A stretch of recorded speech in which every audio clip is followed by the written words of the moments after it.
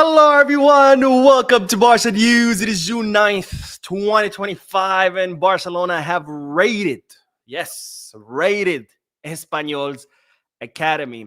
Also, we have an update in regards to Marcus Ter Stegen because two European giants are considering signing the German goalkeeper. And finally, Marcus Rashford is one step closer to joining Barcelona. We have a lot to discuss, so let's begin.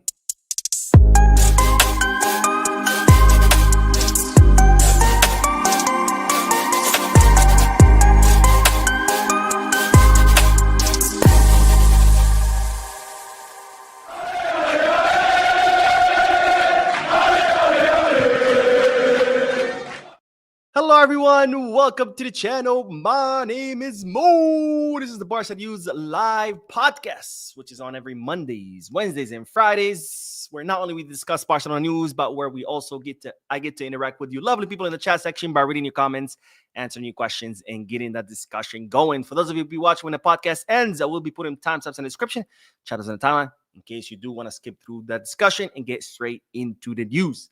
I know I always say this spiel at the beginning of every podcast, but the reason I do is because every now and then I get people like, hey, Mo, why is this video so long?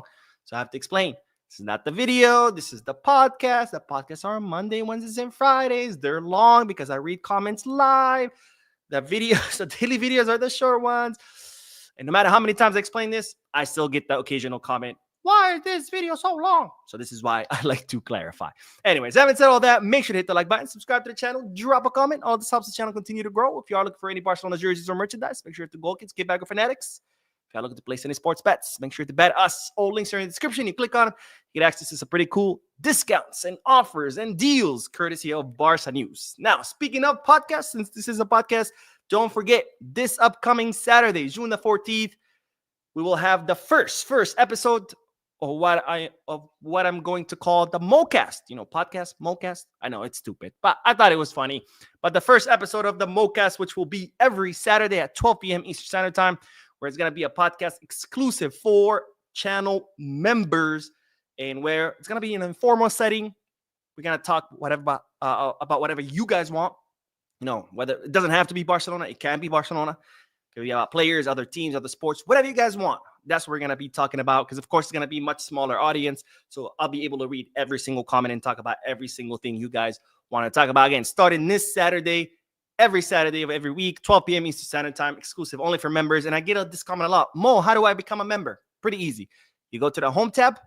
If you're on your computer, next, if you click on a subscribe button, there's a drop list that's going to come down, and you're going to see the memberships, and you can just click join on whatever membership tier you want. If you're on your cell phone, you still go to the home tab, and it's right next to the subscribe button. So on a cell phone, it's a separate button that says join on the home tab. In the computer, it's one button. It's the subscribe button. You click on it, and there's a drop down menu. Anyways, let's start with the news because this has been the longest intro ever.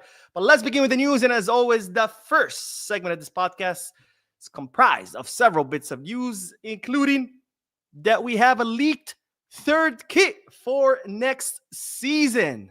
Yes, ladies and gentlemen, this is brought to you by Footy Headlines, which have been pretty accurate in the past about predicting what Barcelona's kits will look like. This is, of course, the Mamba edition. This is going to be to honor the late Kobe Bryant, one of the greats or one of the greatest basketball players in history. And this is what that jersey will look like. Now, we had already seen editions of this Mamba kit or this third kit for Barcelona. This was the previous leaked one. It was also leaked by Footy Headlines. Now, if you might be wondering, Mo, why do we keep seeing all these different kits? Is because, of course, kits go through different stages of design, right? They come up with a design. They think about it. The club gets involved. They're like, I don't like it. Maybe we change this. Maybe we change that. Then they come up with a second design, then a third, and eventually they agree on a final design. This is why throughout the year you see different designs for the same kit. So this was the initial one with that purple crest and a purple Nike swoosh. And when the jersey looking kind of goldish, it's more of a yellowish green. But that was the previous iteration. And then, of course, this is the latest one. Now, I gotta say, I think I like this one better. I think this one's a lot more lively. The colors pop a lot more. Where this one looks, I don't know, a little bit too pig for my taste. You know, it looks kind of like dead, like there's no life in it. I don't know, but I want to hear you guys' thoughts. Which third kit you like better? This one, the latest one, or the previous one? Let me know in the chat section or in the comment section if you're watching this once the podcast ends. And whichever color ends up being, I think it's pretty cool that Barcelona are doing this. You know, this Mamba homage to the late Kobe Bryant. It's really cool when, you know, different sports, you know, do collaborations like this. So either way, whichever becomes, I think I'm going to buy it. I don't care what color it is because it is pretty cool that it's the Mamba edition. Now, I'm not a basketball fan, by the way, but you got to honor the greats, right? And Kobe was one of them. All right, let's move on to the next bit of news. And this is good news because, ladies and gentlemen, Barcelona have announced that they have officially reached an agreement with Clément Lenglet. Whoa. All right, I can see how I messed up a little bit with the slide. This might look a little bit deceiving. Barcelona did not reach an agreement with Lenglet until 2028. This was the post by Atletico de Madrid's social media page. Now, the news is that Barcelona have reached an agreement with Clément Lenglet to terminate his contract. And now the French defender has officially joined Atletico Madrid until 2028. This is why the picture you see on your screen says 2028. This was the post made by Atletico Madrid announcing this move. Now, as you know, Clément Lenglet went on a third loan this past season to Atletico Madrid. The first one was to Tottenham. Then he went to Aston Villa. Was it Aston Villa, then Tottenham? Anyways, he spent 1 year with Aston Villa, 1 year with Tottenham. Third year, he spent with Atletico Madrid, where he finally was able to find a starting spot. He impressed El Cholo Simeone. He had a pretty good season under him. And then, of course, he did officially become a Barcelona player again because it was a loan with no option or obligation to buy. So Barcelona were hoping to offload Lenglet to Atletico Madrid for at least 10 or something close to 10 million euros. Atletico Madrid said, absolutely not. We're not going to pay for him. We're only going to sign him if he's a free agent. The player also said, I'm not going to accept any offers unless it's Atletico Madrid. So between Lenglet and Atletico Madrid, they forced Barcelona's hand. They started negotiating a contract termination. And while it's official, both parties have reached an agreement. Lenglet's contract has been terminated, and he has officially joined Atletico Madrid on a permanent transfer until 2028, where he's going to get to play the Club World Cup. Of course, both clubs were in a hurry to finalize this, I guess, transfer, not really transfer because he became a free agent. And the reason that for that is that Atletico Madrid wanted to finalize this before going to the Club World Cup. They wanted to take Lenglet with them. Now they'll be able to. And of course, Barcelona needed to remove this huge salary off their books for financial fair play reasons. So both clubs have, met that goal. But of course, it's unfortunate for Barcelona. They weren't able to make any money. And we have yet to see whether Barcelona had to pay Lenglet to terminate the contract. Because remember, when you terminate someone's contract, you have to pay the remainder of the contract. So if they have 3 years left on their contract, you have to pay them those 3 years of salary, right? But usually clubs try to reach an agreement where it's like, all right, I can't pay you 3 years. What if I pay you a year and a half or a year? They usually reach an agreement. Now, right now, there's some reports stating that Lenglet completely forgave his wages and he's leaving for free. Until I see actual confirmation of that, it's hard for me to believe because this is the same Lenglet who refused to join other clubs in the past, clubs that he actually wanted to join because those clubs were not willing to match his salary at Barcelona. And of course, no club in their right mind would have agreed to his salary that he had at Barcelona, 16 million gross. Are you kidding me? Who pays for that? Of course, Bartomeu does. So I don't know. I'm not fully convinced that Lenglet forgave all his wages. Hopefully he did, but I guess we're going to have to wait and find out as more news comes out about this transaction. But the good news is that Lenglet, the human boomerang, is officially gone. Thank God. And gone with him is, of course, his huge bloated salary. Now, the last bit of news is it kind of affects Barcelona. It's not directly about Barcelona, but it's in regards to Robert Lewandowski because the Polish striker has officially quit the Polish national squad when he posted the following. Now, this was, of course, translated from Polish to English. He made a post saying, given the circumstances and the loss of confidence in the coach of the Polish national team, I have decided to give up playing with the Polish national team until he is no longer the coach.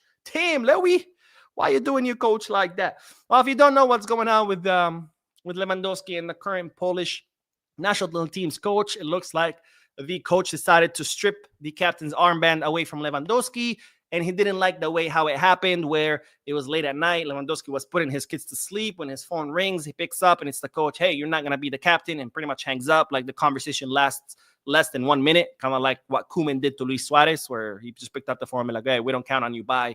And then Luis Suarez had to leave. So this is kind of how it happened. As far as the armband, of course, Lewandowski did not like that because he has been the captain of the Polish national team for 11 years. He has been, their maximum star in their entire history. And the way the coach went about it, that's not something that Lewandowski didn't like, which I agree. Not that the coach, decided to take the armband away. I mean, the coach is free to do that. But when you're talking about one of your biggest legends in the history of your nation, I mean, at least sit down with the guy face to face and say, hey, look, we're going to take away the armband. This is why, blah, blah, blah.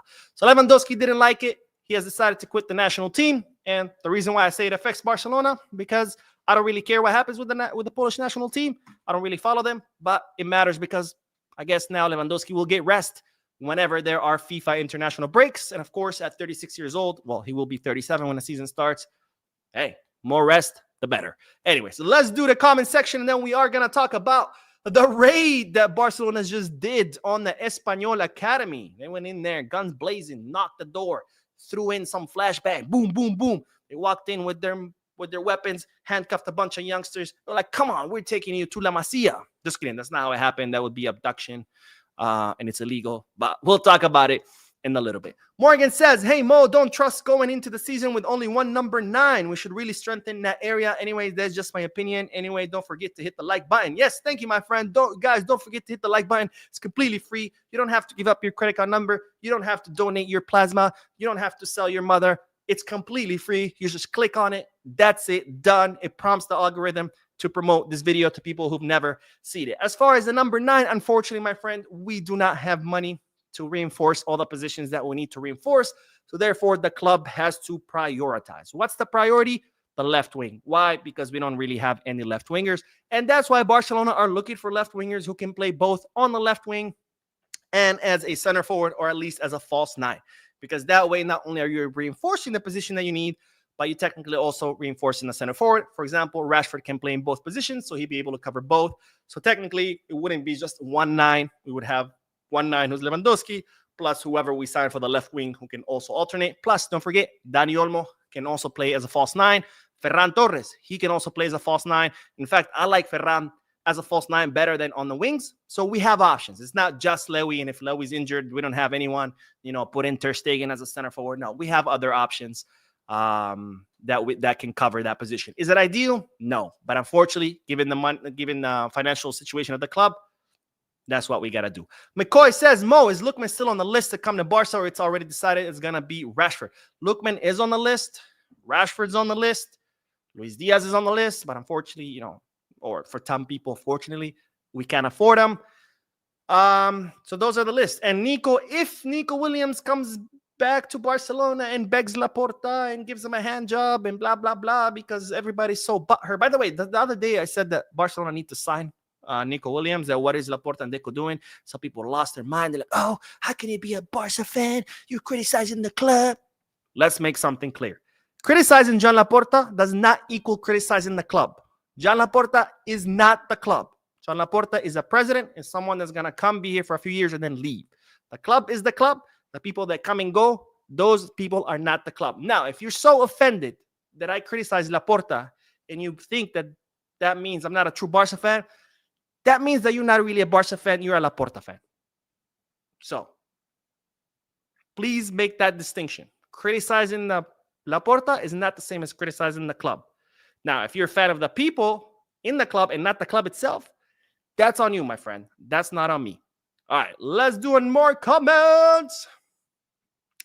Matamanti says, I prefer Lookman, and we even can afford Nico if we sell some. I honestly, my number 1 choice is Nico, but Lookman is right there. Like right there. If you tell me about the other options, Luis Diaz, Rashford, I prefer, obviously, Lookman any day of the week. But for me, the number 1 is Nico, and again, Lookman. Right there. I wouldn't even say in second position. I would say in 1.5 position, like right there, the top. I would take any of those 2 over Rashford or Luis Diaz. Let's see. David says, I think the best option is to take Rashford on loan, so the next season we will have a large enough war chest to go after Isaac or some other world-class player. Next season is not going to happen either. Don't think that somehow next summer we're going to be able to make a 150 million euro signing. That's not going to happen for a while, okay? For a while. Barcelona is still in a very precarious financial situation. We'll see if we're going to be under the 1-1 rule. If we are, it's going to be for the first time in, 5-6 years. Not to mention, we still have a 2 billion euro, 1.3 billion euro debt. So don't think that somehow magically by next summer we'll be able to make a 150 million euro signing, which is what Isaac would cost. That's not going to happen for a very long time. And I hope that it never happens ever again. Because if we've learned something throughout the history of Barcelona, is that signing big stars doesn't help. Okay? Pep Guardiola's Barca did not depend on 150 million euro signings. So I hope that we never do that again. Do we need good signings here and there? Yes. But this whole filling out your club with 150, that doesn't work. Because financially is not feasible. Eventually, you will run out of money. And look where we are. Look where we've been this past several years because we decided to make those kind of extravagant signings. The best thing to do is sign players before they explode and reach that level, right? And that's where our scouting department is going to have to be on top of their game to recognize players before they explode. Like Haaland, we had a chance to sign him. Bartomeu decided to sign Braithwaite because he thought, oh no, Haaland is he from Norway or from Denmark? I was confused. But whatever. But he was like, nah, this guy doesn't, those people can't really play, right? That was his logic. We had a chance, and now look, Haaland worth 150 million. We had a chance to sign Davis back when he was worth a little bit. And then Bartomeu was like, no, he's Canadian. Canadians don't really play football.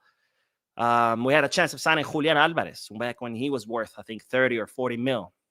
Same thing. We passed it up. So our scouting department is going to have on top of their game to be able to sign the Julian Alvarez's and the Haalands of the world before their price explodes to 150. But paying that much money for players, I hope it never, ever happens again because it's absolutely ridiculous. That's how you go broke, and it's not financially feasible. But anyways, let's get back to the news because we do have to talk about the raid that Barcelona just completed on Espanyol's academy. Now, before we talk about the academy itself, we do have to talk about Joan Garcia because we do have an update in regards to Barcelona's future goalkeeper. And when I say future, that future is not that far away. Why? Because as I reported in a previous video, Barcelona are set to deposit the release clause with La Liga tomorrow. Tomorrow, Tuesday, June 10th, Barcelona will pay the 25 million euros to La Liga in order to release the player. Now, I know some people ask me why La Liga, because La Liga acts kind of like an escrow, right? You deposit the money with La Liga then hands it to Espanyol, and that's when they release the player. But anyway, so that's not really important.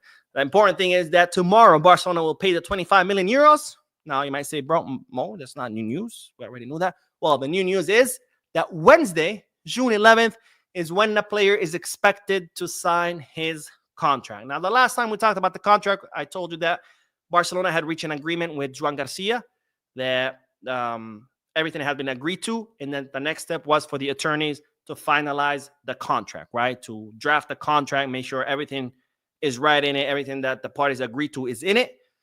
And well, the contract is officially done. The final version is officially done. It's been approved by both attorneys from both sides. So Tuesday, tomorrow, Barcelona will deposit the release clause. Wednesday, the player will sign the contract, and Joan Garcia will officially become Barcelona's newest signing or Barcelona's newest goalkeeper. Now, Espanyol were not really happy about this. Of course, they expected to lose Joan Garcia. Someone like Joan Garcia is not going to stay at Espanyol.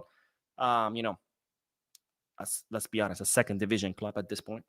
They barely got saved, but they're still a second division club. And now they're going to be even more upset because Barcelona just completed a total raid on their academy, and Barcelona are set to sign not one, not two, but three young, promising players from Espanyol's academy, starting with this guy, and I'll make him a little bit bigger so you can get familiar with his face, but this guy is Paul Mancheño. He's a 16-year-old center forward who currently plays for the Cadete A of Espanyol. This past season had a very limited role because the Espanyol were expecting him to leave because he's a very promising center forward. So because they're expecting him to leave, they kind of like sat him on the bench and said, okay, if you're not going to renew, you're not going to play. So he had a pretty limited role, but he was part of the Cadete A setup with Espanyol. He's also part of the Spain's under-15 setup, and he rose to prominence back in the 2022-23 season, 2022-2023 season, when he was with the Infantil A, because that season he scored 23 goals. Now, after that season, Paul Mancheño kind of like exploded onto the scene. A lot of clubs started to take notice, including Real Madrid, who were very, very, very close of signing this guy to their academy. And then came Barca and said, excuse me, sir, we're going to sign this guy. And well, Paul Mancheño chose Barcelona, and he is set to join the Juvenil B, or the under-19 B team. So Paul Mancheño, remember that name. By the way, this is like, I don't know, the 8th or 9th youngster that Madrid tried to sign for their academy, and Barcelona beats them to it. I mean, there's no surprise there, because who are you going to trust more by being a youngster? Barcelona, who's consistently developing young talent and incorporating that young talent into the first team, or Real Madrid that just keeps signing stars and stars and stars and stars, and their few youngsters that they do produce, because they don't produce that much, end up having to leave somewhere else because they can't get minutes, because Madrid is just signing. And by the way, they're always signing just as a reaction to Barcelona. Remember that, because people are always like, oh, Mo, what is Barcelona going to do? They signed Mbappe. And I said, I don't care. Barcelona have always had to deal with Madrid, who always sign big stars, and we've always managed. And lo and behold, right, we won 3 trophies. Madrid went trophyless. Now people are asking the same question. Mo, what is Barcelona going to do? But, Madrid is signing everybody, Trent and Mastantuono and maybe Alvaro Carreras and all these guys. And I'm like, who cares? We shouldn't worry about Madrid. It's actually Madrid that's constantly worrying about us. They're like, oh, shit, Barcelona. I mean, they were talking about how they had the best project that was going to win everything. And they were going to win the sextuple because they had already won the Champions League and La Liga with Rodrigo, Vinicius, and Bellingham. And now, like, oh, we're going to bring Mbappe, and then it's over. And all of a sudden, oh, we need a new coach. We need new staff. We need 5-6 signings. They went from like, oh, we have an amazing team, to all of a sudden start from scratch, all because what Barcelona did to them. So we don't have to worry about what Madrid does. It's Madrid who always worries about what we do, because their signings are always a reaction to what Barcelona are currently are doing. But anyways, let's get back to these youngsters that Barcelona have convinced to join their academy. As we talked about, Paul Mancheño, and now the other two, and again, I'll make this bigger so you can get familiar with their face, are two Korean brothers, Min-Kook Lee and Daehan Lee.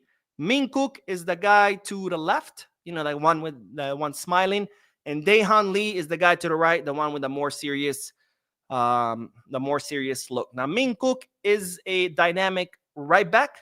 He is known for his powerful runs and excellent crossing, and he's considered one of the highest prospects of the Espanyol Academy, and he will now join the Barca Academy. And the other guy is on the right is Daehan Lee, who was a right back originally like his brother, but then eventually he switched to a winger. So now he plays as a winger, and he is known for his adaptability, where he adapts to whatever the team that he's in needs him to do as a winger. And both brothers have been at the Espanyol Academy for 7 years, and now the two of them, alongside Paul Mancheño, are going to be joining the Barcelona Academy. And of course, Joan Garcia joining the first team. 4 players that Barcelona just swooped away from their rivals. All right, let's get back to the comment section. And then we are going to talk about Mark Ter Stegen, because we do have an update in regards to the German goalkeeper. All right, let's see. Where did we leave off? I'm like running out of breath talking. Not the Gamer says, what is the longest podcast you have done? Last week you were live for an hour and 10 minutes. Very cool. That was literally the longest podcast I have ever done. Originally, when I envisioned doing these podcasts, I was like, all right, 30 minutes stops, right? Because that's long enough. And then eventually when I started, they were 30 minutes long. And then with time, they started drifting to like 35, then 40, then 45. And then these last 2 ones I did, they were like an hour each. And I was like, oh my God, these podcasts are getting longer and longer. But that's because I enjoy them. Like I said, podcast day is my favorite day, because I get to read you guys' comments live. It's not the same as doing a video. and then later on watching the reading the comments. This is a lot more, it's cool because, it's live. I'm talking, people are reacting to what I'm saying, then I can react to what people are saying. I like it. I feel like closer to you guys. I don't feel like I'm just talking to a camera. I feel like I'm legit talking to you guys. Like we're all sitting in some big living room or a big restaurant or a bar or whatever, and we're all just chilling and like, hey, man, what do you think about this guy? What do you think about that guy? So I like that. Podcast day is my favorite day by far. And Jose Aguilar says, if Ter Stegen really dished La Liga celebration as a captain and also demanded to play when he just returned from injury, then he needs to leave. The club is bigger than any player. I'll talk about that in a little bit because the next segment is about Ter Stegen, so I don't want to get ahead of myself. Bisco Michael says, hi, Mo. Are you buying a jersey? I think this time around I'll wait to buy the artist collabs ones coming off the 24, 25 one. It's not. I do want to buy the kit because, it is the anniversary kit, the 125th anniversary kit, so I feel like I have to add it to my collection. I do have the 100th anniversary version, the one from 1999. I do have that one, so I really want to add the 125th one. And, if God willing, I'm still alive, maybe I'll get the 150th one. And who knows, if God blesses me even more, maybe I'll get the 175th one, even though by then I'll probably be like a million years old. But we'll see.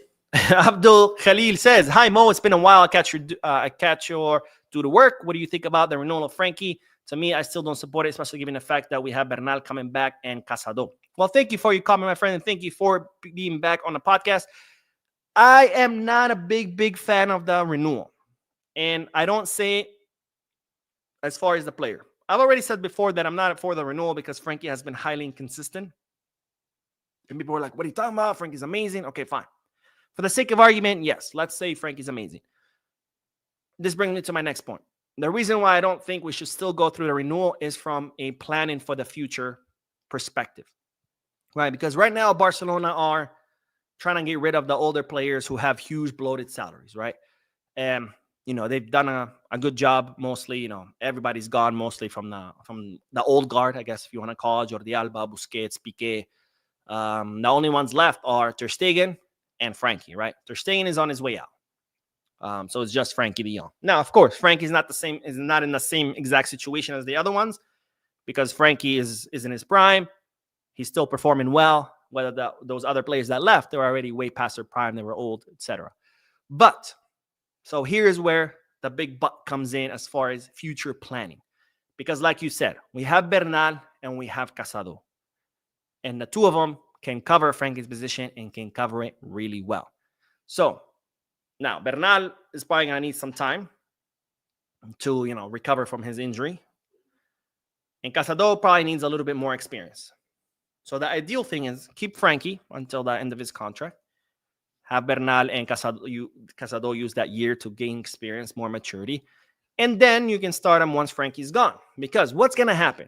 What's going to happen is Casado and Bernal will eventually become ready to be the starters and take over the Frankie position. And at that point, we're going to be like, all right, we have two youngers from the academy that cost us nothing. They can do this job probably even better by then. Bernal will probably surpass Frankie. It's like, what are we going to do with Frankie? And now we're going to be back in the same situation with Ter Stegen, where we just gave Frankie a 4 or 5 year contract. And all of a sudden, we don't need him anymore because we have these two youngsters who are ready to take his place. And what's going to happen? Same shit is happening with Ter Stegen. Social media campaigns, having the media leak stories, making Frankie look like the villain, talking to Frankie about, oh, we'll offer you a contract rescission. We'll pay you a year's salary, maybe 2 years' salary. And we're going to be in the same exact position as we are with Ter Stegen, squandering money and just, making players look bad, disrespecting them just because we need them out of the club.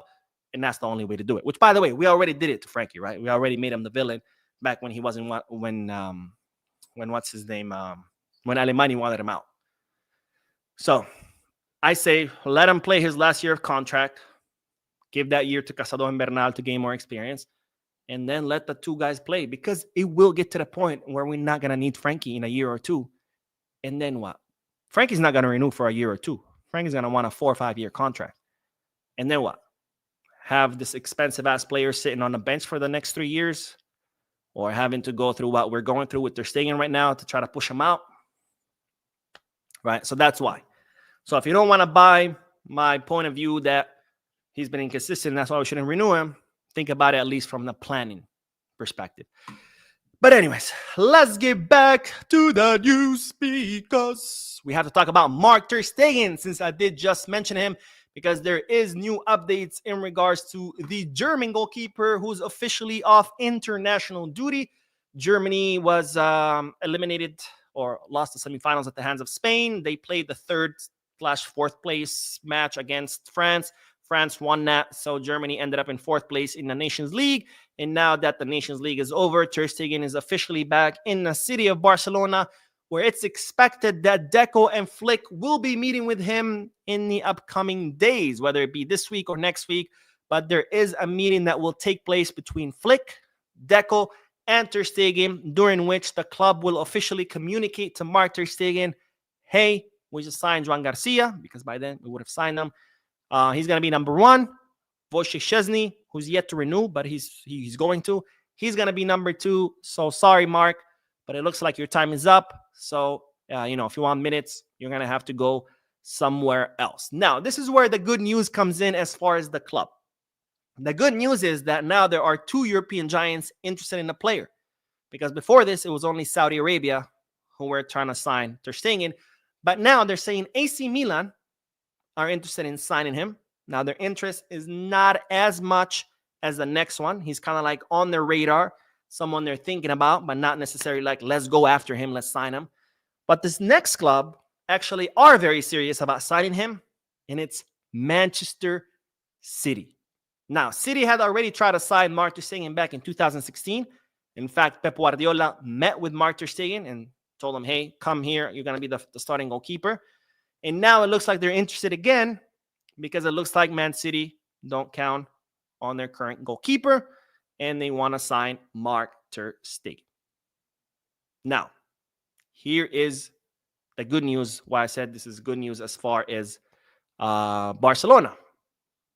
Why? Because it's got to be a little bit easier to try to convince Mark to leave by saying, hey, look, you have these other clubs, European clubs, where you can still compete in Europe, maybe the Champions League, depending on where you go, versus saying leave and go join Saudi, because Mark Ter Stegen is not going to want to join Saudi. He still believes he can compete at the highest level. He still wants to play the World Cup. And if you go to Saudi, your likelihood of playing the World Cup, it's less. It's not zero, but it's less, right? So this will make it a little bit easier for Mark Ter Stegen to try to move somewhere else.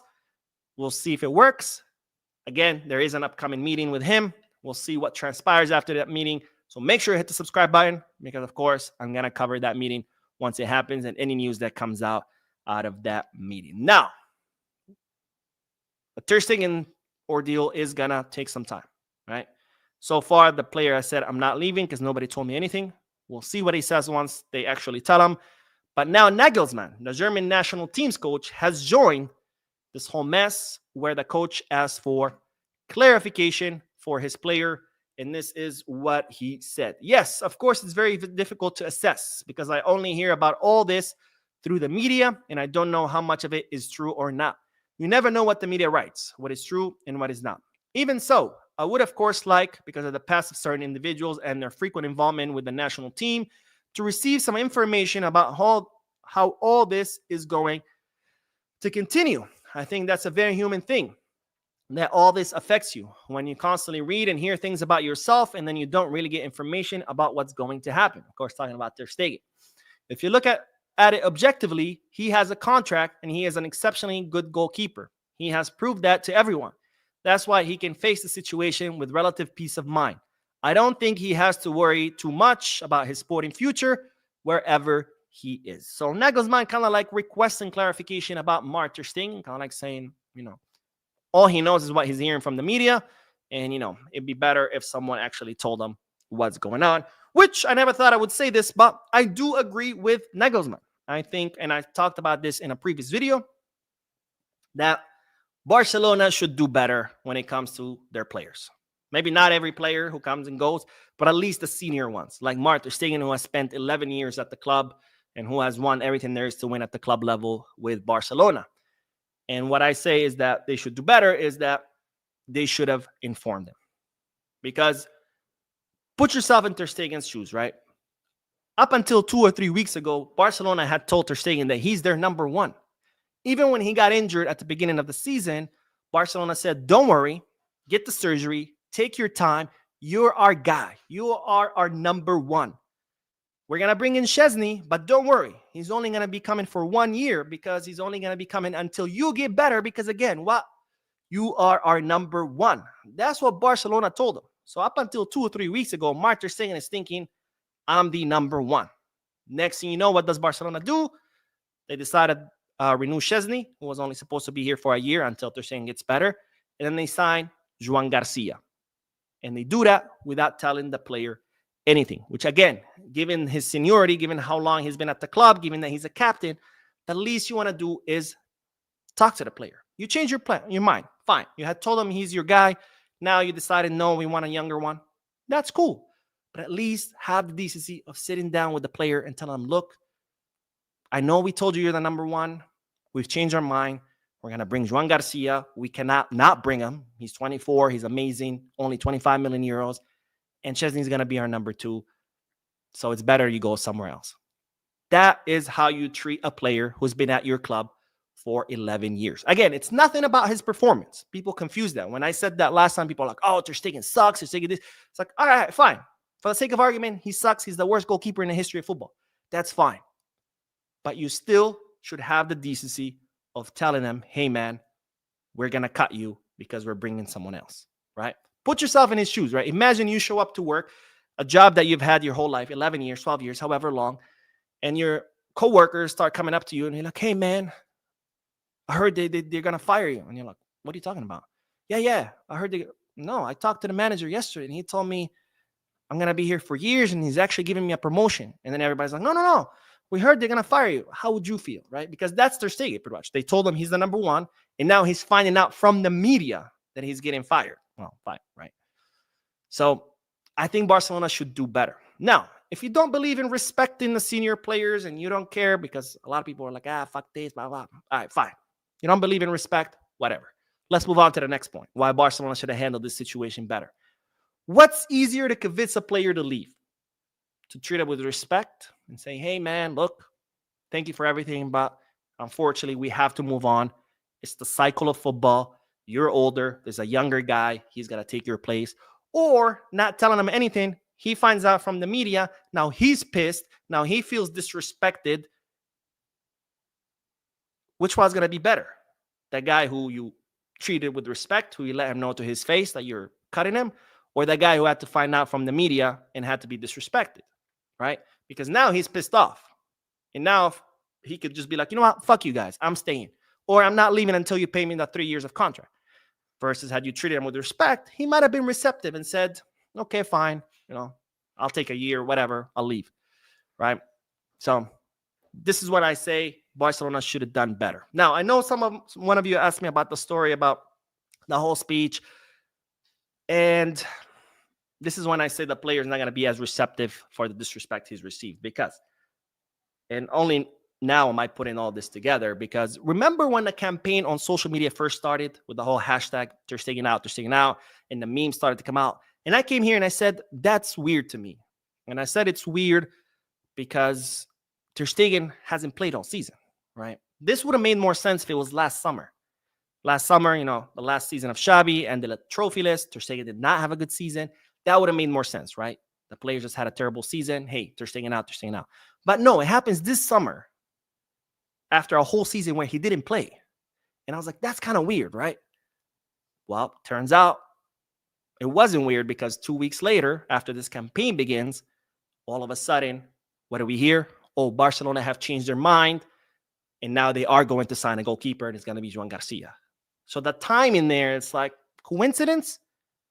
All of a sudden, we hear bad campaign, and then boom, oh, Barcelona going to sign somewhere else. And then we start hearing all these stories, right?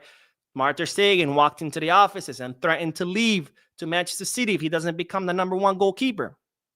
Why all of a sudden this story surfaces? That happened in 2016, 9 years ago. And it's surfacing 9 years later. Oh, Ter Stegen didn't fly to Milan to support the team. Again, that happened last month. Why is it surfacing right now? Oh, Ter Stegen didn't want to give a speech when Barcelona won La Liga. Again, that happened last month. Why is it surfacing now? And it's like you start seeing a pattern. And it's like, Can't say for sure, but to me, it seems like the club is doing this from behind the scenes. It kind of like what happened with Frankie, which at the time I didn't see it. And for that, I do apologize to Frankie de Jong. Not like he watches the videos, but if he did, from the bottom of my heart, I'm sorry. I was wrong. But when Frankie was trying to get pushed out, we started seeing the same thing, right? All these stories being leaked. Oh, Frankie de Jong was sick and didn't call out sick. He just didn't show up. Oh, Frankie de Jong got into a fight with Deco. Deco feels disrespected. Oh, Frankie de Jong hates Alemany. Oh, Frankie de Jong. All these stories being leaked. All of a sudden, right now, where the player is going to renew, not a single bad story about Frankie de Jong. And this is what I mean where Barcelona should do better. Now, don't get me wrong. This is a tactic used by many other clubs where when they want to push a player out, they start leaking stories and they start campaigns on social media because it's easier to justify it. If the fans hate the player, it's easier to get rid of him, right? Plus, it's easier to justify it to the fans because they already hate the player, right? Plus, it's easier to push the player out because now the player's like, all right, well, the board doesn't like me and the fans hate me as well. Might as well leave. Why am I going to stay here if everybody's just disrespecting me? So it is a tactic used by many, but I think Barcelona should do better as far as using these kind of tactics against their senior players. But that's my 2 cents. Again, it has nothing to do with the performance. Don't come and be like, oh, Ter Stegen sucks. You just don't see it, blah, blah, blah. Nothing to do with the performance. Again, for argument's sake, yes, he's the worst goalkeeper in the history of football. You should still treat him with respect because he's been at the club for 11 years. He's a captain, and he's won a lot of important things with you. So just treat it with respect. That's all I'm saying. I'm not saying keep him. I'm not saying renew him. I'm not saying make him the number 1 goalkeeper. I'm not saying any of that. I'm not saying he's better than Joan Garcia. None of that. Just treat your players with respect. That's it. And that's not an attack at the club. That's an attack at the board of directors, which is not the club. Okay? Don't confuse the two. In fact, because I love my club, is that I don't want my club doing these things because this only reflects badly on Barca. It doesn't reflect badly on Laporta and them because they're going to be gone and no one's going to even remember they were there. This reflects bad at the club because people are not going to say, oh, Laporta treats their legends badly. People are going to say Barcelona treats their legends badly, right? We did it to Luis Suarez. We did it to countless many other players. Xavi Hernandez, our biggest legend after Messi. We did it to him. He had to find out from the media that he was being fired. And even though I was the number 1 guy who said Xavi should be out, but that's not how you do it. You meet with the player face to face. You have some balls to tell him, hey, you're not the right coach. We're going to fire you. Xavi should not be on tour with the team, playing an away match, going to sit to the pre-conference, about to discuss what's going to happen in the match. And the first question is, Xavi, what's up with the news that you're getting fired? And the guy's there like, the fuck you talking about? That's not how you treat your legends. Board of directors of FC Barcelona, do better. Do better. Do better. All right, let's do the comment section. And then we are going to talk about Marcus Rashford, everybody's favorite player. Just kidding. Everybody hates him. I don't know why. No, we do know why. He's very inconsistent. Amazing player, though. Don't get me wrong. Charles says Barca is going for the whole blue lock lineup. Blue lock lineup. What do you mean by blue lock lineup? I'm interested to hear that. But thank you for your donation. Thank you. That's very generous of you. And Farhad with the generous donation. Sorry, I don't know why, but my screen has started like fuzzy. It says, you are just disrespecting Frankie. Casado and Bernal did great, but they are nowhere near Frankie's level. Frankie is elite. I mean, look, I'm not taking away from the player. He is a great player. He's very talented. Again, I think he has been inconsistent throughout his career, which doesn't give me a lot of faith, right? We talk about, oh, don't sign Rashford because he's inconsistent. I mean, Frankie's not as inconsistent as Rashford, don't get me wrong, but you see where I'm coming from, right? And again, for argument's sake, he's the elitist player ever, right? Xavi Hernandez and Iniesta are garbage compared to Frankie, right? For the sake of argument, let's just assume that. Still, you have Bernal and Casado, 2 guys that cost you nothing, 2 guys that will be able to do Frankie's job for free. Well, not free, you have to pay the salary, but you know what I mean. In 2 years or in a year, when those 2 guys are ready to be starters, well, Casado's already ready to be started. We saw what he did the first half of the season. But Bernal is our next Boozy. Remember this. Bernal is going to be levels ahead of Frankie. But what happens when Bernal is ready to take over? Are we going to have to resort to the same thing as we did with Ter Stegen? Again, social media campaigns, make the guy look like a villain, push him out. Oh, we offer you a year's salary, 2 years salary just so you can leave. That's the point. It's not about so much about his elite level or not. It's about you have to plan for the future. And that's something that Deco and the sporting department continue to fail to do, because the Ter Stegen slip up was bad planning. Straight up bad planning. Because you don't go from, oh, you're our number one, a week later, you're not our number one. You have to plan ahead. You cannot only plan for next season. You have to plan for years in advance. And back when Barcelona decided to renew Ter Stegen, they should have thought about this. They should have thought about, oh, he's getting older. Oh, he's going to be on a decline. Maybe we don't renew him for as long as possible. Maybe we renew him a little bit shorter. Maybe we sign a goalkeeper now instead of giving Marcus Ter Stegen this long-ass contract, and then halfway through the contract, now you have to push him out because, oh, shit, I forgot. Ter Stegen is 33. We need someone young. Same thing here. We're going to give Frankie de Jong a 5-year contract until he's 32, 33. Halfway through the contract, oh, Bernal and Casado, they're ready to take over. Oh, shit, what do we do with Frankie? Oh, damn, let's push him out. Let's offer him a year salary. Let's offer him a 2-year salary. And then what? We're just giving money away. Why? Because we're incapable of planning for the future. And that's a problem, because as a club, you can't just plan for your next season. You have to play 5, 10 years in advance. That's what separates good sporting directors like Matteo Alemany, who thought about the Frankie situation and already had tried to sell him back when his value was much, much higher, versus Deco, who plans 1 week at a time. And then it's like, oh, shit, I should have thought about this. Oh, damn, we gave Ter Stegen this long-ass contract. Oh, damn, crap. What do we do now? See what I mean? It has nothing to do with Frankie's skill. It's about planning ahead. And Sean, always with an incredible donation, says, I vehemently disagree with Laporta and Deco's treatment of Mark Ter Stegen. I know I've said what I've said on him, but this treatment is garbage. However, if City are serious, I'd personally be looking for a swap deal for Ederson. I don't know if Ederson is there. It would be a good goalkeeper either, but no, I agree with you 100%. Again, it's not about whether Ter Stegen is good or bad, or whether we need a new goalkeeper or not. Look, you made a decision to swap him out. Fine. He is 33 years old. We do need some youth injection into that position, but do it the right way. That's all. That is all. It's not about, oh, defending him. It's not about, oh, he should be number one, or he's better than this or worse than that. Just do better. Have the balls, have the decency, have the respect of sitting with him and be like, look, man, we don't count on you. This is what we're going to do. He should not be finding out from the media that he's getting fired. Well, fired. He still has a contract. Because now he's pissed off. Again, if you don't believe in respect, sure. If you believe, oh, it's just a business and hire and fire people however you like, sure, fine. Then think about it from the business perspective. What's easier to deal with? A disgruntled employee or an employee who you treated with respect? Again, if you don't want to look at it from the respect side, look at it from the business side. What makes more sense? A pissed off Mark Ter Stegen or a Mark Ter Stegen who you explain the situation to? Now, don't get me wrong. He's still, even if you treat him with respect, he still might be, look, I have a contract and I'm staying. But what's the higher possibility? Which one is going to work out better in your favor?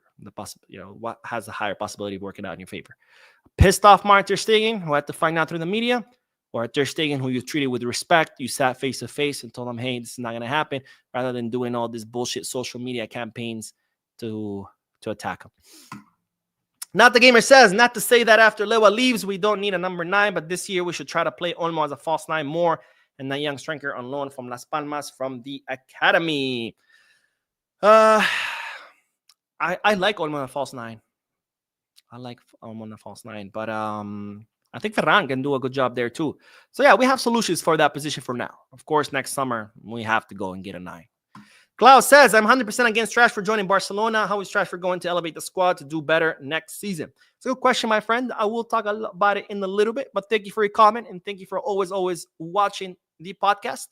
And Riley says, I don't get it still. Didn't we get at least 200 plus mil and all the trophies we won and going as far in UEFA semis? Here's the thing.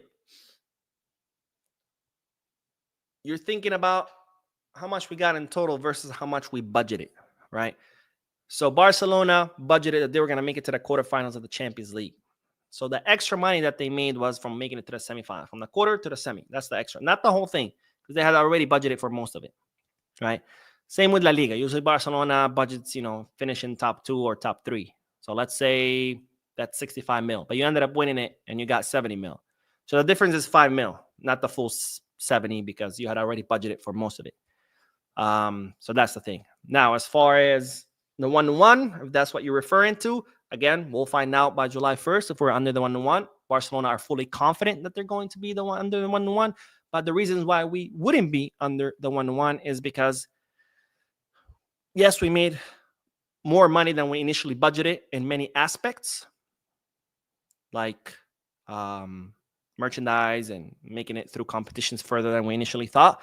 But we also lost a lot of money on other aspects. For example, the stadium, right? We had budgeted that we were going to be at the Camp Nou by November.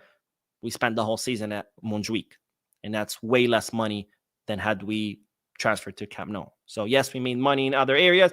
We also lost money in other areas. For example, Legnlet, right? We just rescinded his contract. We don't know whether we had to pay him or not. But if we did, that's money that Barcelona had initially not budgeted. So that's money lost, right? That's money that gets discounted from whatever you made off the other competitions. Ter Stegen, if he ends up agreeing to leave before June 30th, and Barcelona have to pay him a year salary, which is what they're planning to do, that's a year's salary that now it's a loss because you hadn't budgeted for that. Why? Because Barcelona doesn't plan ahead. Deco does not plan ahead. And this is where we at. So, again, it's not about, oh, I'm not a Barca fan, I'm attacking the club. Ooh.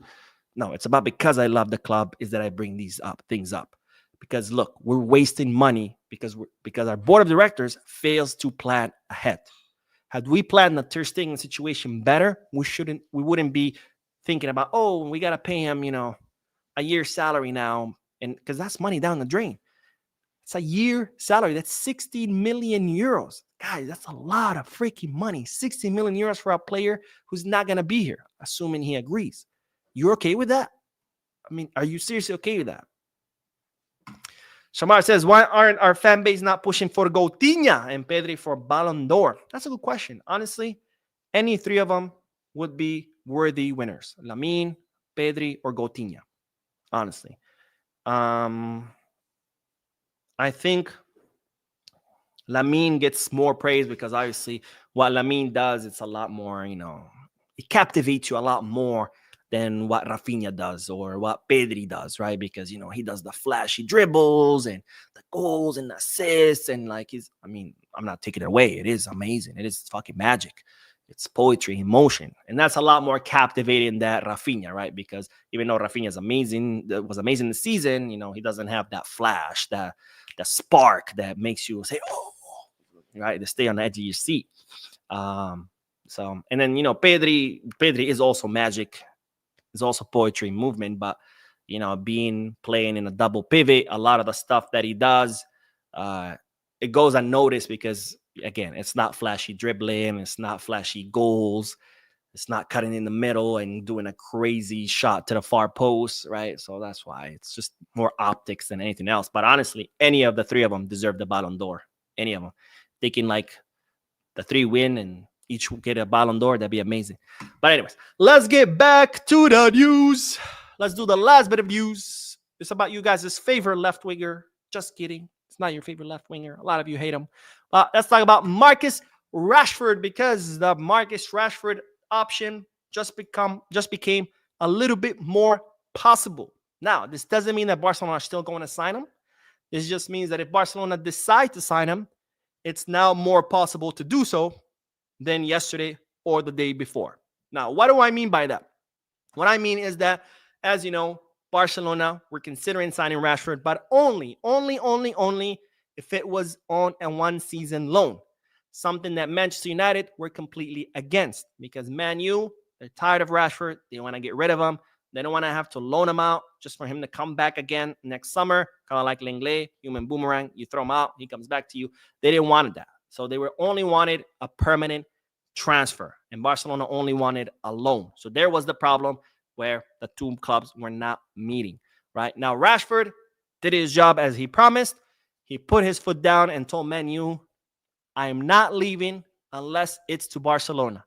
So you either loan me to Barcelona or I'm going to stay here next season and I'll sit on the bench and you'll have to pay me my incredibly high salary for a player that you don't count on. So it looks like the pressure has worked because now Man U are like, okay, fine, we didn't want to loan you, but okay, we're open to a loan. So now, if Barcelona do decide to sign Rashford, then they will be able to do so because, again, Barcelona were only willing to take him on loan, and Man U now are agreeable to a loan because even though they prefer to get rid of him on a permanent transfer, of course, it's much better to loan him out at least one season, get rid of his salary for that one season versus having him sit on the bench and collect that entire salary, which again also, of course, affects their financial fair play, and they don't want that. So that's the news. Let me know what your thoughts are. Of course, I've said it multiple times. I'd rather not sign Rashford. I think he's an incredibly talented player, but highly inconsistent. You don't know how it's going to turn out. Plus, his extracurricular activities really scare me because with a young, impressionable locker room, having someone like Rashford could be a problem. Of course, assuming that Rashford hasn't said goodbye to that life. Plus, Barcelona has a great nightlife. A lot of players get lost when they go to Barcelona, right? We've heard all the stories. Ricky Puig, Pablo Torre when he first arrived, Dembele his first few years. I mean, we've heard it time and time again. Players signing for Barca and then, Todibo. They're like, ooh, these clubs are fun. Start partying and then, it doesn't work out because the human body was not built to perform at the level that these athletes perform. And the only way the human body can keep up with such performance is to be extremely, extremely rigorous with everything you do. Diet, hydration, sleep, rest, stretching, warming up, everything. You have to do it. I mean, these athletes, their life is laid out 24 hours, right? Everything's laid out for them. How much they should eat, at what time, how much water should they drink, when they should drink the water, what time they should go to sleep, what time they should go wake up, what time they should take a nap. I mean, everything is laid out for them because that's the only way that the body can keep up with the demands of professional football is by giving it as much rest, hydration, nutrition as possible. And the moment you start slacking just a little bit, maybe you sleep one less hour, maybe you don't eat, you maybe skip one meal, maybe you skip half a liter of water. That's it. The muscle doesn't have what it takes, and there goes injury. I mean, players still get injured even when they follow their whole plan. So you can imagine when you start slipping. So, of course, when players start partying, they're not sleeping as much. They're maybe drinking, which you're not supposed to because it's not good for you. Start eating trash. It happens. Not the Gamer says we could always sign Martin Montaya as a fullback so people can finally shut up. By the way, where did Betis sell him? Saudi, Greece. I have no idea where they sold him to. Actually, let's look it up. Let's see. Martin Montoya. It looks like they... Give me some drum roll. Oh, it looks like he's in Greece. He's in Aris Saloniki. I think that's how you say it. I can't speak Greek. Sorry, guys. But yeah, looks like that's where he went. On IG says Haaland is from Norway. Thank you. I was confused. Is it Norway or is it Denmark? Christensen is Denmark. Haaland is Norway. Okay. I'll try to remember that. MNF94 says, so we're getting there. Star keeper and the young squad players. Damn, Espanyol gonna start a war against us. Yeah, man. I cannot imagine they're happy about this. Which, by the way, usually, objectively speaking, that's actually bad for football because these big clubs continue to poach these young players from these like inferior academies. So the big clubs keep getting bigger while the smaller academies, smaller teams struggle. But you know, it's Espanyol, so F them. For all I care, Barcelona can sign every single player they have. God's Child says Barca can get Haaland in 2027-2028 season because his clause in his contract that includes Barcelona and the amount to pay to sign him. Yeah, it's going to be like, I think, 200 mil or some ridiculous thing, which, again, we cannot afford. Araf says, hey, Mo, hope you're doing well. Which left winger do you think has the best chance of coming to Barca, Nico Diaz or Rashford? Also, do you think Grimaldo will actually come to Barca? There's no plans to sign any fullbacks, so I think the chances of Grimaldo are very low unless Barcelona offload Gerard Martin, because as we've learned recently, Wolverhampton want to sign Gerard Martin for like 12 to 15 million, or that's what Barcelona want, 12 to 15, which reportedly Grimaldo has a 15 million euro clause. So technically, yes, Barcelona could offload Gerard Martin for 15 million to Wolverhampton, then use those 15 to activate the clause for Grimaldo. But Barcelona are not planning to make any fullback signings. Hansi Flick counts on Gerard Martin, And let's not forget, Gerard Martin is what, 22, 23? Grimaldo's 29. So you would be swapping for a player, who's just starting his career, who's starting to grow and develop, versus a player who's already, starting to take a dip.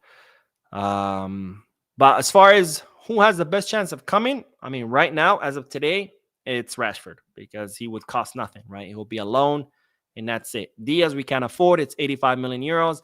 Nico, it's, again, Barcelona are the whole stances that, unless he comes and begs us on his knees, we're not going to go for him. Eddie Rodriguez says, we can't make $100 million signing next year, but sign Garcia for 25 and want to sign Nico for 60. 58. And I guess, that would be 80. What is it? Why can't I do math? That would be 84 million, not 100. And you talk about two players, not one. So I don't know where the logic is in that, unless you think that two players is the same as one. I don't know. Leo Ford says, I've heard about the Ter Stegen story, and it's within his right to see out his contract, and I highly doubt we can pay that 43 mil salary. I mean, yeah, it is within his right, but obviously it's not ideal. If you're not going to count on him, it's better that he leaves. But again, what are the chances of him? What chances are better of him leaving? You disrespecting him like that, not telling him anything, having him finding out through the media, do this whole social media campaign against him? Or would it be better to sit down with him face to face and say, hey, sorry, man, thank you for everything you did, but we're going to have to let you go. Paul says, curious to the potential thoughts in the heads of Jakubishvili and Kochen about this signing if Mats doesn't leave and Szczesny staying, and one of them may reconsider staying at Barcelona. Yeah, that's another problem. And again, this is why I say this board of directors does not know how to plan ahead. They did not think this through.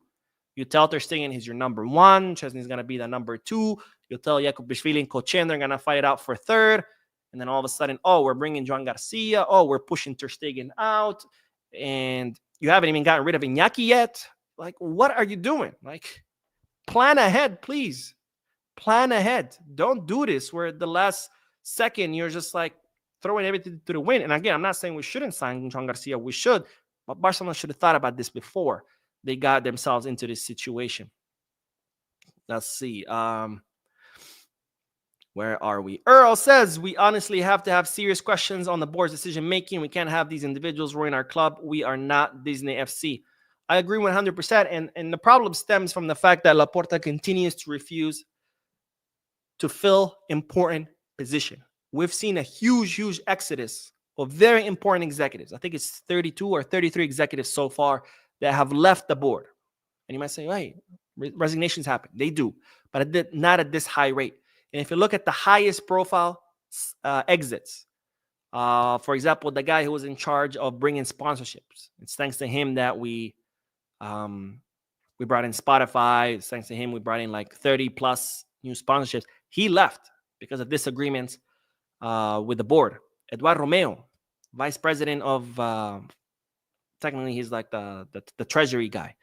He left because of disagreements. The guy who closed the Nike deal, he left because of disagreements. So we have all these people, high-profile individuals, very highly qualified people who have done a lot of great things for the club, like the Spotify deal, like the Nike deal, like the Spotify Camp Nou deal, all the sponsorships. They've all left for the same reason, disagreements with Laporta.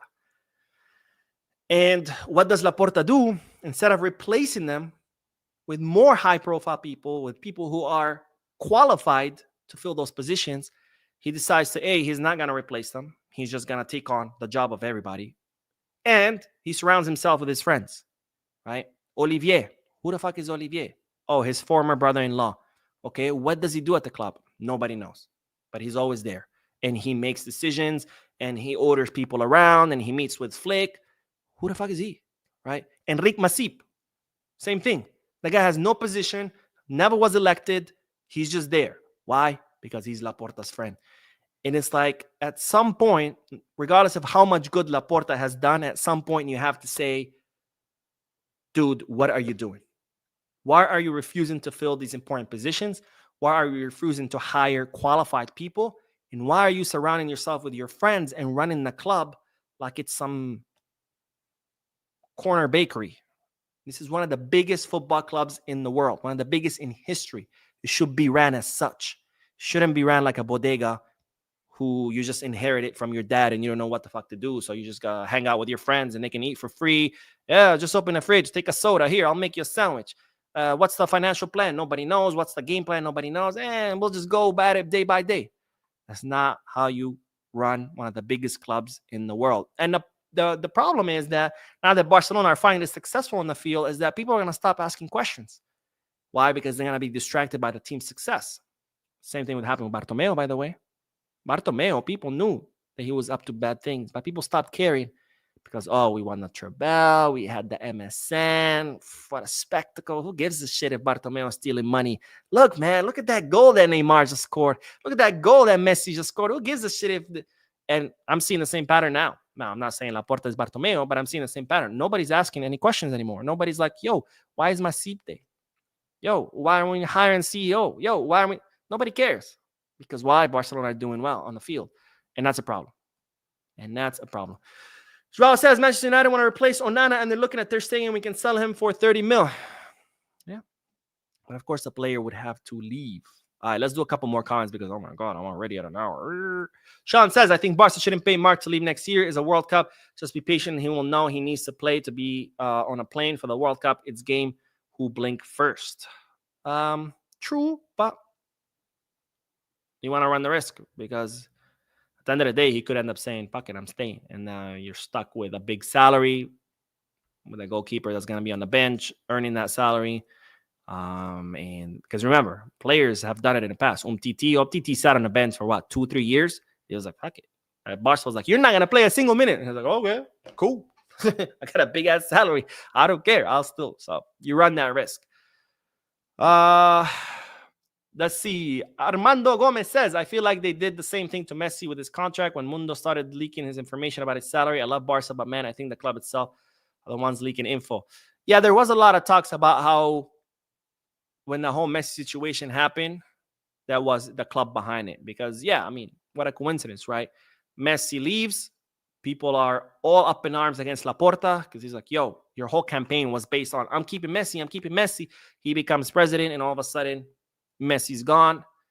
And people are all up in arms against Laporta, and all of a sudden, we start hearing the stories. We're like, oh, look at this contract. Oh, Messi bankrupted Barcelona. Oh. And it's like, the timing just is like, dude. Which, by the way, I don't blame Laporta for what happened to Messi. The club was just not in a financial situation to re-sign or to extend the contract of Messi. That was the reality of it. I don't blame Laporta for what happened to Messi, but handle it the right way. Just come out and state the truth. Just say, look, guys, I'm sorry. I know this was the campaign I ran on. I tried, but we can't.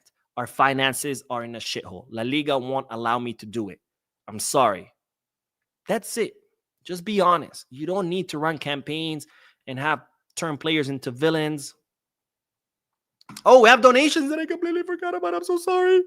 Nathan Ford says Barca should sign Leao if it is possible. You know, Leao is, to me, is another like a big question mark because he's another inconsistent player.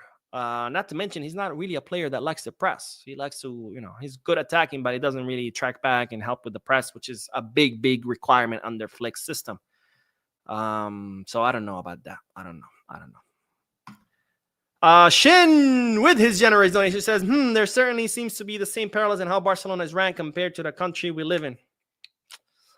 Amen, my brother. Amen. Just surround yourself with your friends and fuck it. Distract people with just random shit and then hope nobody notices. Let's do one more. McBarca says, Barca's weakness next season is going to be scheduling the same match for 3 days cost us against Inter. Yeah, that's why we need some reinforcements just so we can alternate. That way, we have a little bit of more game management. Dustin says a total of 13 Real Madrid Academy teams have won their respective league titles this season. What in the opposite universe is going on? Actually, I did not know that. So thank you. I did not know that. Thank you for that news. I'll have to look into this. That is a little bit alarming because, of course, those could possibly become the future first team players, but knowing Real Madrid, they'll go and spend hundreds of millions on other stars, and then their academy kids will end up going somewhere else. Annelson says, hi Mo from Angola. I've been following your content since from the season only, and I became a big fan, but I just don't agree on what you say about Pedri. About what? Pedri, that Pedri is amazing? Or that he should win the Ballon d'Or? Or what exactly? But thank you, my friend, for your comment, and also for watching the channel. And with that, I gotta bid you guys adieu, because now this has become my longest podcast ever. 1 hour and 10 minutes. My God. Thank you guys for sitting there and watching me blab for 1 hour and 10 minutes. Thank you for your comments, your subscriptions, your incredibly generous donations. If you haven't hit the like button, make sure you do. If you haven't subscribed yet, make sure you do. And of course, drop a comment. I want to hear you guys' thoughts about everything that I share with you. We'll be uploading another video because, believe it or not, there is more news. There's always more news. Barcelona keeps me very busy, but hey, I'm here for it. All right, I'll see you guys in the next video. And as always, Visca Barça.